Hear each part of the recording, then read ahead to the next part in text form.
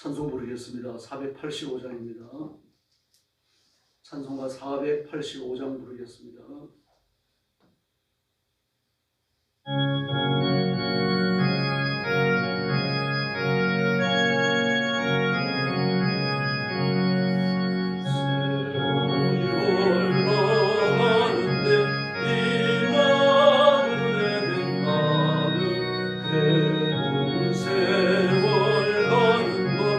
할렐루야.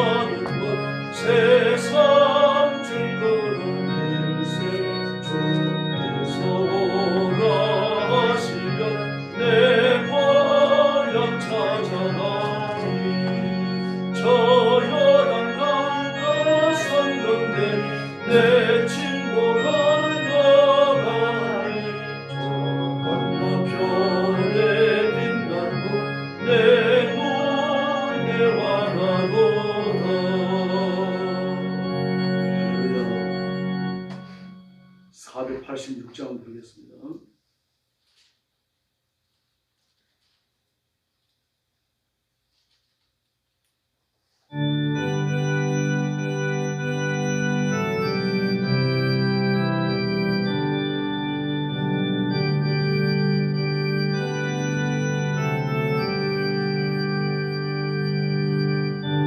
세상에 거루신 데 일이 많고 참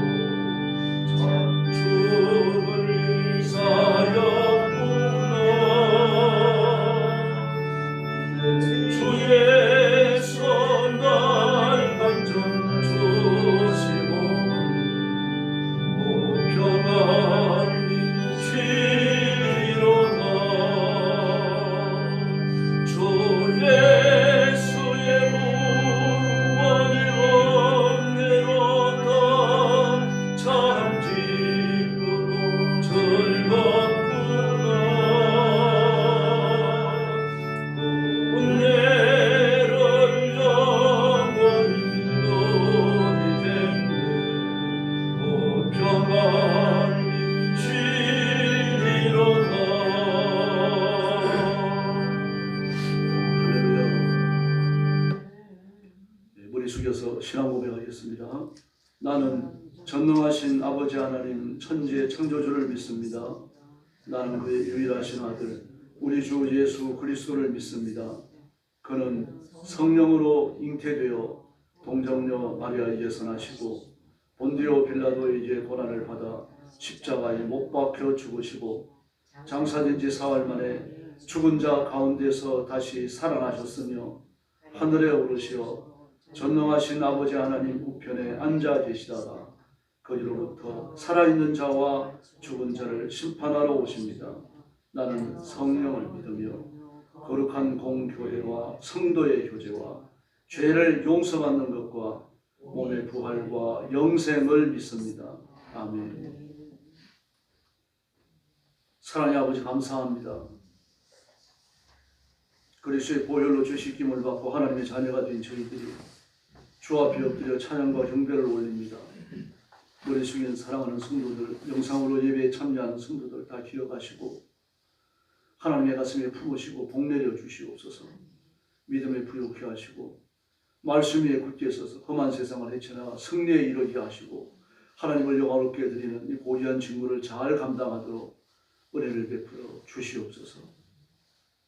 억압의 땅 중국과 죽음의 전쟁터와 온 세계에 흩어져서 복음 전하는 선교사님들과 주의 종들과 신실한 성도를 기억해 주시고 그들과 가정 위에 한없는 복을 주셔서 주님 오시는 그날까지 소망 중에 복음 전하는 영혼들을 건지며 충성하게 하여 주시옵소서.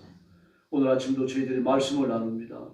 성령님께서 뜨겁게 역사해 주시기를 원하옵고 예수님의 이름으로 간절히 기도 올리옵나이다. 아멘. 네, 하나님의 말씀 공독하겠습니다. 시편 110편입니다.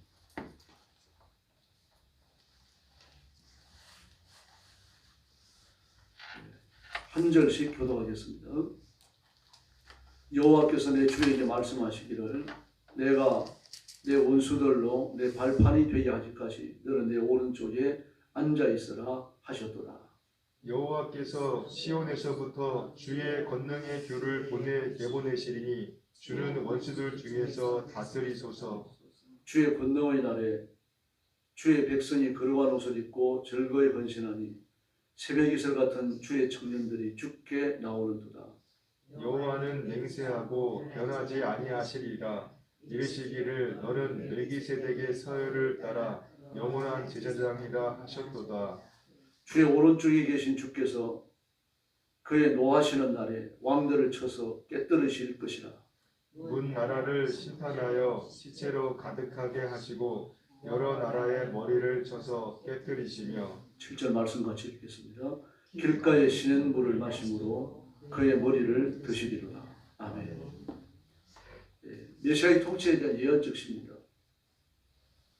다윗의 영성이 대단히 깊다는 것을 알 수 있겠죠. 내가 내 원수들로 내 발판이 되기 하기까지 너는 내 오른쪽에 앉아있으라. 이 말씀이 예수님께 적용된 말씀이죠. 4절 말씀에 너는 멜기세덱의 서열을 따라 영원한 제사장이다. 역시 예수님께 적용된 말씀입니다. 다윗은 아마 이 기도를 드리고 이 메시지를 선포하면서 자기가 메시아에 관하여 이야기하고 있다는 건 꿈에도 몰랐을 겁니다. 그러나 하나님께서는 바로 그와 같은 다윗의 영성을 통하여 계시의 말씀을 허락하고 계십니다. 오늘날도 마찬가지입니다. 말씀이 해석되고 선포될 때 이 말씀이 현재 내 삶에 영향을 끼칠 수도 있고 또 역사의 미래에 일어날 일들에 대한 해석이 되는 메시지도 있습니다. 그런 것들을 내다보면서 목사가 설교할 수도 있겠지만 성령의 감동을 입어서 성경을 해석하는 과정에서 저는 예측지 못한 예언적 해석도 선포될 수 있는 거죠. 그래서 우리는 하나님의 말씀을 귀 기울여 들어야 하고 말씀을 고기를 씹는 것처럼 읽어야 합니다. 이 말씀은 하나님의 것이며 하나님이 영원하신 것처럼 말씀도 영원할 줄로 믿습니다. 우리 눈에 보이는 세상의 모든 것은 다 없어집니다. 우리 육신도 소멸되고 해와 달과 별들도 체질이 뜨거운 불에 풀어지는 것처럼 다 풀어져서 없어집니다. 마태복음 24장에 눈에 보이는 현상세계 온 우주가 하나님의 저주를 받아 완전히 풀어져 없어지는 것을 설명하여서 보여주고 있습니다. 오가는 세대를 통해서 모든 것은 제한되고 유한하지만 세상 끝날에도 그 이후에도 하나님의 말씀은 영원히 남을 줄로 믿습니다. 이 말씀이 우리의 의로움을 증명할 것이고 하나님 앞에서 우리를 변호하는 말씀이 되어질 것입니다. 오늘 이 말씀을 보면 메시아의 신분에 관하여 말합니다. 예수님은 멸망받을 죄인들을 구원할 구세주이십니다. 주의 오른쪽에 계신 주께서 주의 오른쪽과 빛이신 예수님, 하얀색의 메시아, 저보다 같은 의미 됩니다. 그의 노하시는 날에, 예수님이 노하시는 날이죠. 왕들을 쳐서 깨뜨리실 것이다. 문나라를 심판하며 시체로 가득하게 하시겠다. 여러 나라의 머리를 쳐서 깨뜨리신다. 그렇게 말씀하십니다. 사단의 권세를 깨뜨리시고 마귀의 수종들던 모든 세상 나라들의 왕들을 폐하시고 멸하실 것이다. 앞으로 적그리스도가 나타나면 온 세상은 하나의 연방제, 유나이티드로 묶이든지 아니면 통일된 하나의 왕국을 이루든지 분명히 둘 중에 하나를 띠게 될 겁니다. 그가 세상의 왕으로 군림하기 전까지는 평화의 사도가 될 겁니다. 온 세상의 전쟁을 종식시키고 모든 분쟁들과 불협화음을 종식시키는 평화의 사도로 나타나고 그 공로를 인정받아서 온 세계의 지도자가 될 겁니다.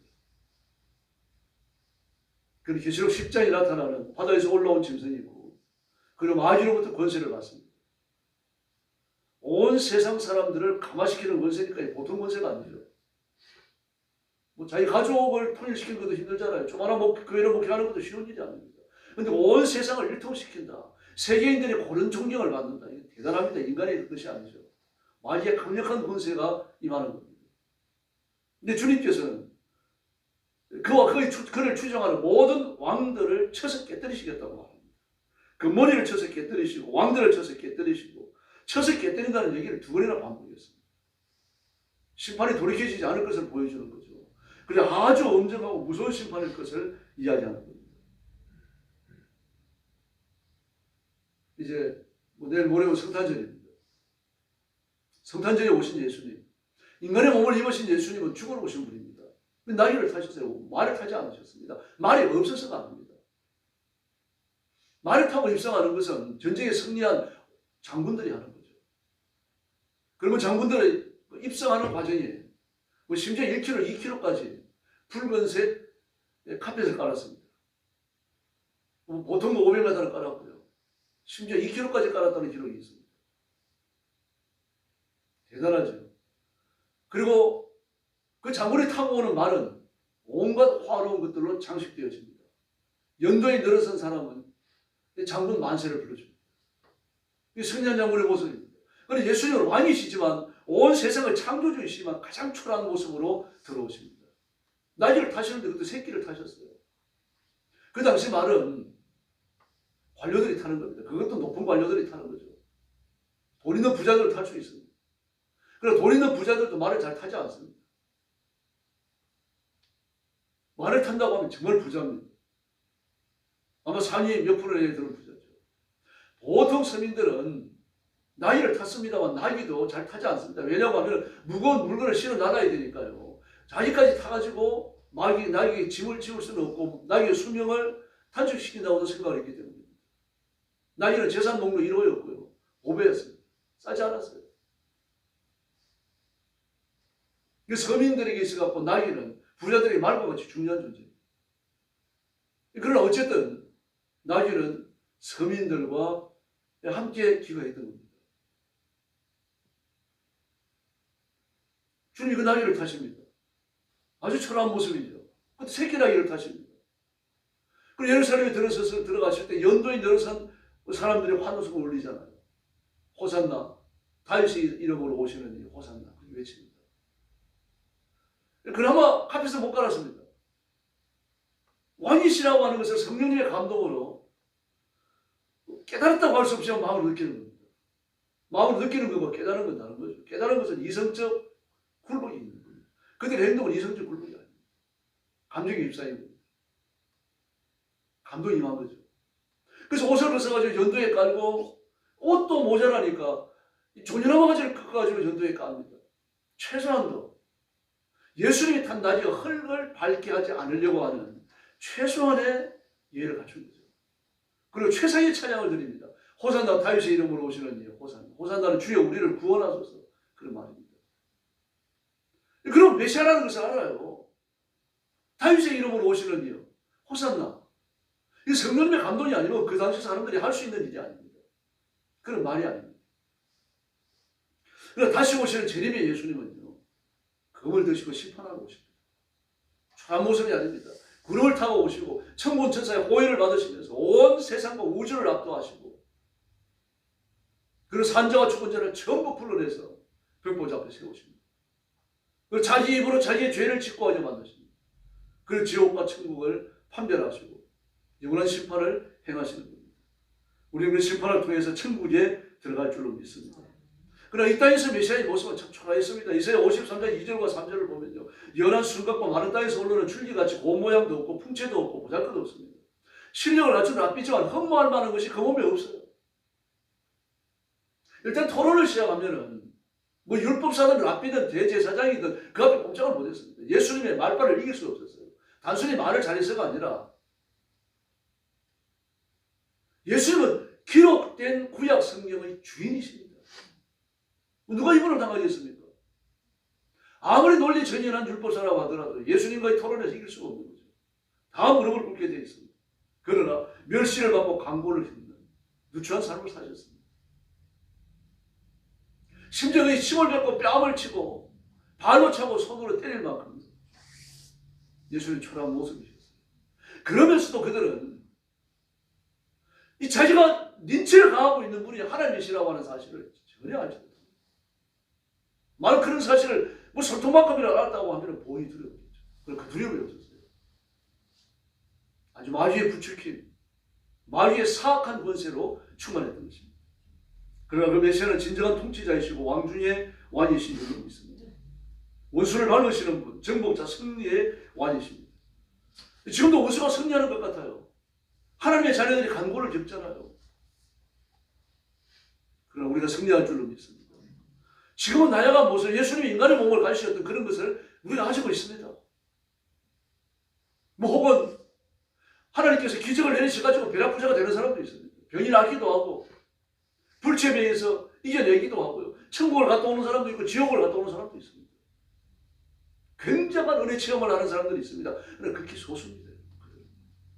절대 다수의 그리스도인들은요. 예수님이 초림 때 예수님이 오셨던 그 모습을 벗어나지 못해요. 그러나 약속의 땅을 받은 아브라함도 나그네였던 것을 기억하셔야 합니다. 자기 땅이잖아요. 하나님 주셨으니까요. 땅 주인이 하나님이시잖아요. 그러니까 하나님께서 이게 네 땅이다, 네 후손들에 속했다라고 말을 했지만 그 아내를 장사 지내는데도요. 돈 주고 땅을 사야 했습니다. 막배라고. 그냥 주겠다고 했지만 돈 주고 삽니다.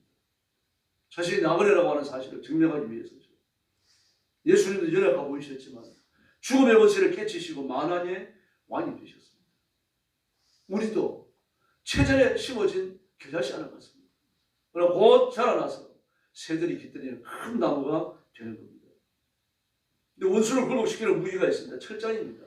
시 2편과 계시록 2장과 계시록 12장, 19장에서 말합니다. 철장, 쇠로 만들어진 이 신장이라고 해야 되겠죠. 철장입니다. 아무도 당해내지 못합니다. 그게 걸리는 건 다 벗어집니다. 고린도서 10장 4절에서 하나님의 강력이라고 말했습니다. 하나님의 강력이 원수를 깨뜨리고 사단의 권세를 깨뜨릴 줄로 믿습니다. 계시록 1장 15절에서 풀무에 단련된 빛난 주석 같은 발이라고 말했습니다. 거치는 것은 다 밟아버리는 거예요. 이 빛난 주석 같은 발을 피해갈 수 있는 원수는 아무도 없습니다. 심판의 발에 밟히는 거죠. 누가복음 10장을 보면 성도들도요. 원수의 공격을 파쇄시킬 권세를 가진다고 말합니다. 바로 이것이 예수 이름의 권세인 줄로 믿습니다. 그러므로 원수들을 향하여 저주와 패배를 선포해야 됩니다. 우리 질병과 가난을 운명처럼 끌어안고 살지만 그게 짓눌려 살면서 그 권세에 압도되어져서는 안 됩니다. 실패와 좌절과 고통의 문제로부터 자유롭지 못합니다. 그러나 그렇다고 해서 우리가 실패와 좌절에 짓눌려 갖고 자살하고 죽는 사람들은 아닙니다. 이겨내고 믿음으로 승리를 선포하고 주님의 뒤를 따라가는 줄로 믿습니다. 불신자들이 보면 무서울 수 있어요. 어려운데, 시련에 직면해 있는데, 고난을 당하고 있는데, 기뻐하고 즐거워하고 찬송하고 승리했다고 선포하니까 무서워져. 우리가 보기엔 그 사람들이 무섭잖아요. 자기의 죄를 짊어지고 지옥의 정문에 떨어질 사람들. 그래서 우리는 영혼이 잘되고 믿음이 부여하고 성령 충만하고 삶의 모든 영역에서 하나님의 승리를 맛보게 될 줄로 믿습니다. 메시아의 권세는 세 가지 말을 통해서 표현했습니다. 이제는 보니까요, 규라고 했습니다. 규, 주의 권능의 규. 규에 대해서 설명드렸습니다만, 이 한문 표현을 보면 임금왕 옆에다가 쌍투교자를 썼습니다. 이게 서옥교자입니다. 왕자가 여럿이잖아요. 아무리 왕자가 여럿이어도 왕의 그 통치권을 승계받는 왕자가 하나밖에 없습니다. 그 왕자가 정해지면은 그 왕자에게 옥으로 만든 지휘봉을 줍니다. 그게 규입니다. 개혁 성경에서는 홀이라고 그렇게 번역을 했었죠. 규가 맞습니다. 규라고 말을 했죠. 예수님 왕이시라는 얘기입니다. 그 다음에 3절에 보니까 권능의 날이라고 말합니다. 주의 권능의 날. 권능의 날. 이 통치자의 권능을 말합니다. 온 세상을 다스리시고 심판하시고 구원의 길로 자기 백성들을 데려가시는 그 권능의 날입니다. 그때에 주의 백성들이 거룩한 옷을 입고 즐거이 헌신하며 새벽이슬 같은 주의 청년들이 죽게 나오는, 나이 많아도 그 예수님들은 하나님 앞에 청년인 줄로 믿습니다. 주의 청년들이, 나이 적다는 뜻이 아닙니다. 하나님 눈에 청년입니다. 우리가 육신의 장막을 놓고 아버지의 나라에 갔을 때 우리는 전부 내 생애에 있어서요, 가장 젊고 활력이 있던 그때보다요 더 젊어집니다. 가장 아름다운 모습을 갖게 됩니다. 그 주의 청년들이 그 뜻입니다. 또 5절에 보니까 하나님의 우편이라고 말합니다. 주의 오른쪽. 사실 하나님 영이신데 오른팔이나 오른쪽이 어디 있겠습니까? 인간이 이해하라고 막 표현하는 거죠. 오른쪽. 2인자가 있는 자리입니다. 2인자가 있는 자리.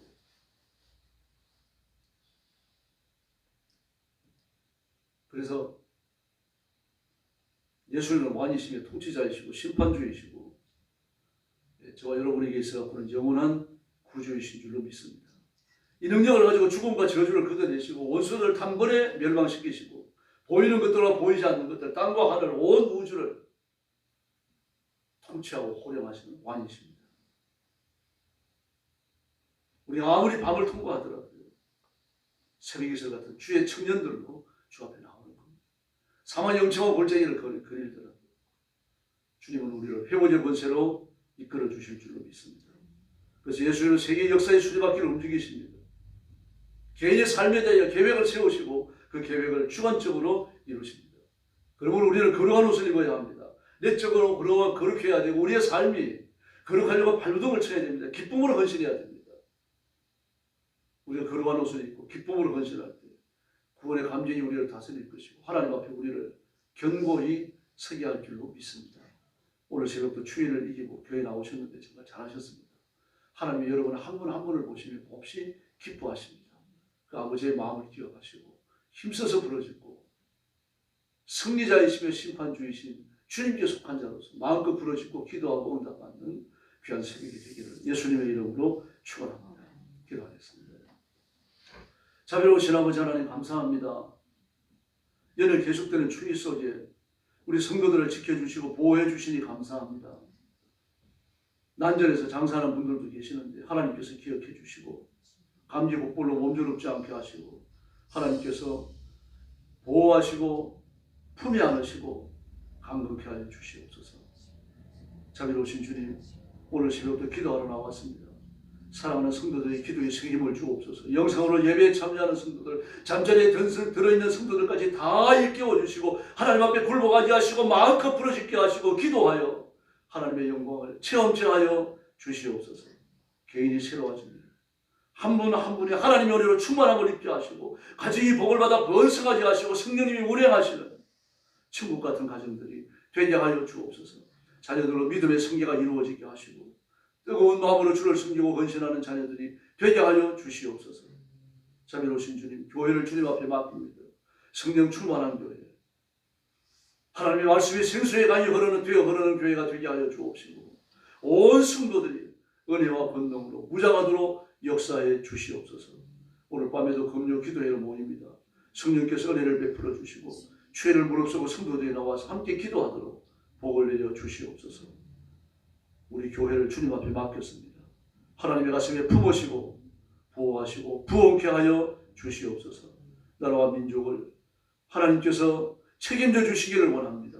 하나님의 것이 오니 하나님이 붙들어 주시고 나라가 흥하며 번성하며 온 세계의 가난한 나라를 먼저 살리는 그런 국가가 되게 하여 주시옵소서.